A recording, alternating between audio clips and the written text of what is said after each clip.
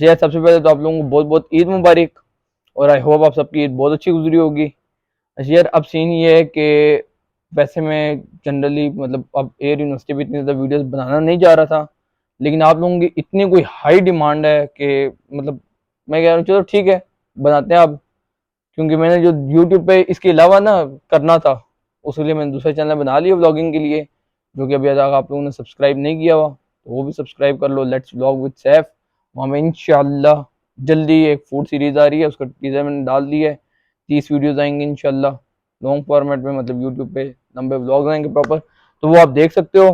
खैर, ये मैंने थोड़ी सी प्रमोशन कर दी है, तो अगर आपने देखना है तो वो भी देख सकते हो, लेट्स व्लॉग सैफ। वो मेरे लिए, वहां पे मैं अपनी क्रिएटिविटी दिखाऊंगा, जो व्लॉग्स हैं जो मुझे मुझे करना था यूट्यूब पे थोड़ा सा वो कर लेंगे। बाकी ये चैनल है, इधर आपकी भी हेल्प जारी रहेगी और इंशाल्लाह बाकी भी काम करते रहेंगे फ्री स्टाइल। तो अब आज का टॉपिक क्या है? आज का टॉपिक है एक्सपेक्टेड मेरिट्स। ठीक है, ये क्योंकि क्वेश्चन मेरे से बहुत ज्यादा आया है कि मतलब क्या मेरिट होगा, मेरे इतने परसेंट नंबर हैं, ये वो, तो एक्सपेक्टेड मेरिट्स को थोड़ा सा हम लोग डिस्कस करते हैं।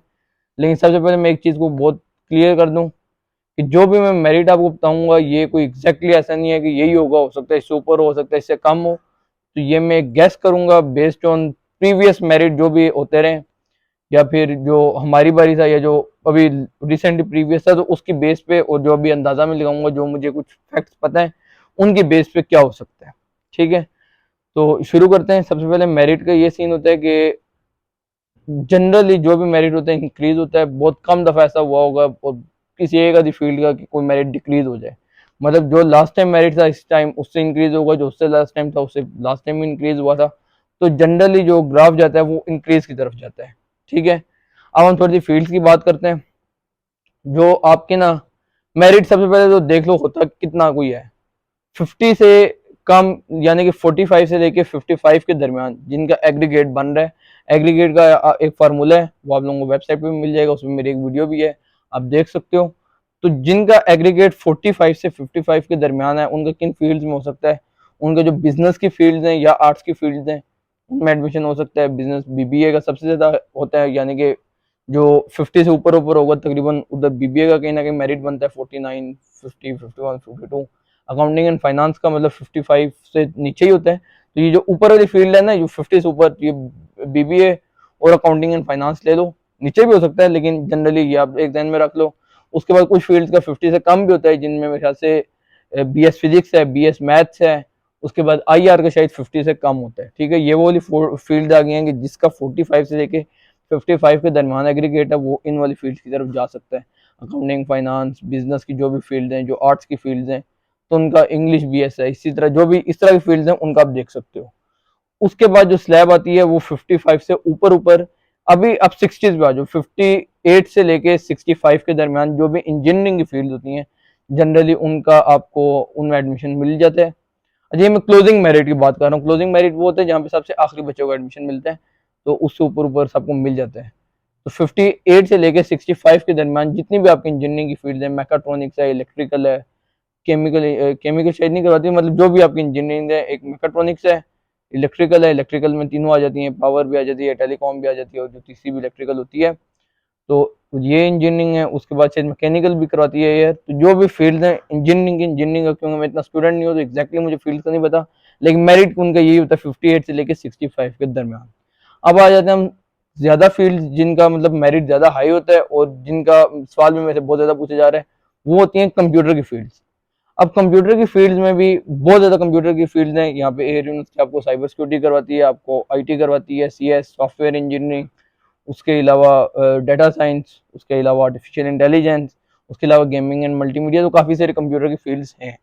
ठीक है, तो कंप्यूटर की फील्ड में अगर आपने देखना है कि सबसे कम मेरिट किसका होता है, वो होती है, अगर आपका कम मेरिट आ गया और आपने कंप्यूटर की फील्ड में एडमिशन लेना है, तो वो है गेम डेवलपमेंट।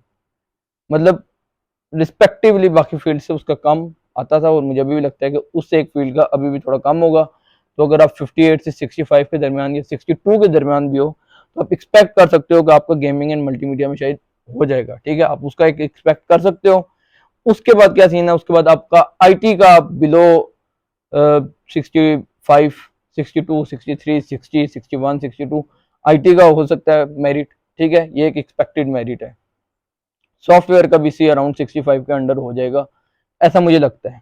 अगर बहुत ज़्यादा जंप ना आया तो, ठीक है। AI का भी कहीं 65 का राउंड होता है। अब जो फील्ड है ना, CS, साइबर सिक्योरिटी और डाटा साइंस, ये 3 फील्ड हैं जिनका इंक्रीज होने का चांस है, बाकियों का भी चांस है। तो कंप्यूटर का वैसे ही अंदाजा लगा लो कि 60 से लेके 75 तक जा सकता है कंप्यूटर्स की फील्ड का। 58 टू 63, 64, 62 आपको IT और गेमिंग एंड मल्टीमीडिया में एडमिशन मिल सकता है। 65 के अंडर आपको हो सकता है AI में भी एडमिशन मिल जाए।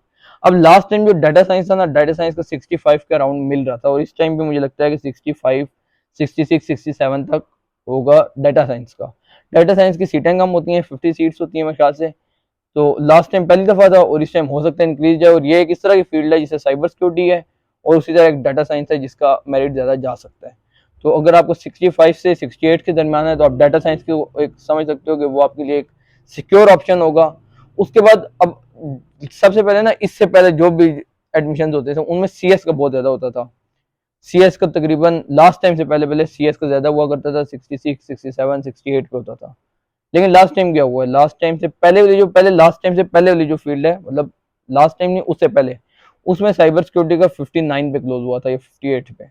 और लास्ट टाइम जो लास्ट एडमिशन मिला है वो 68 पे मिला है।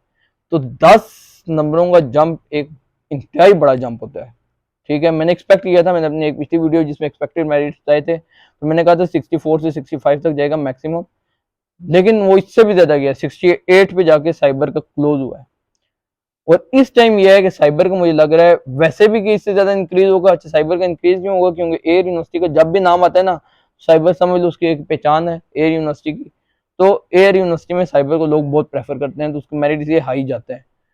अब साइबर का इस बार मुझे एक और भी फील्ड का इस बार पता चला है कि इस बार ये सीन है कि NTS भी एयर यूनिवर्सिटी एक्सेप्ट कर रही है, जिसकी मेरे पास कोई इतनी ज्यादा कंफर्मेशन नहीं है, लेकिन अगर NTS एक्सेप्ट कर रही है तो NTS में क्या होता है, और अगर उसकी वेटेज भी सेम है, मतलब जो टेस्ट की वेटेज इधर होती थी और मैट्रिक की वेटेज मिला के अगर वेटेज वो वाली सेम है NTS की, ये 50-50 भी है, तो फिर NTS की वजह से मजीद बढ़ेगा। पहले ही बढ़ना था सारी फील्ड का भी, साइबर का भी, लेकिन अगर NTS भी एक्सेप्ट कर रही है तो NTS में और ज्यादा बढ़ेगा। इसकी मैं आपको वजह बताता हूँ। इसकी वजह ये होती है कि जो आप एयर यूनिवर्सिटी का टेस्ट होता है ना, वो थोड़ा सा होता है आपका, थोड़ा सा मुश्किल होता है NTS की निस्बत, ठीक है। तो वहां पे आपके 50, 60, 70 नंबर आते हैं, ठीक है, और फिर उस हिसाब से आपका इधर मेरिट बनता है।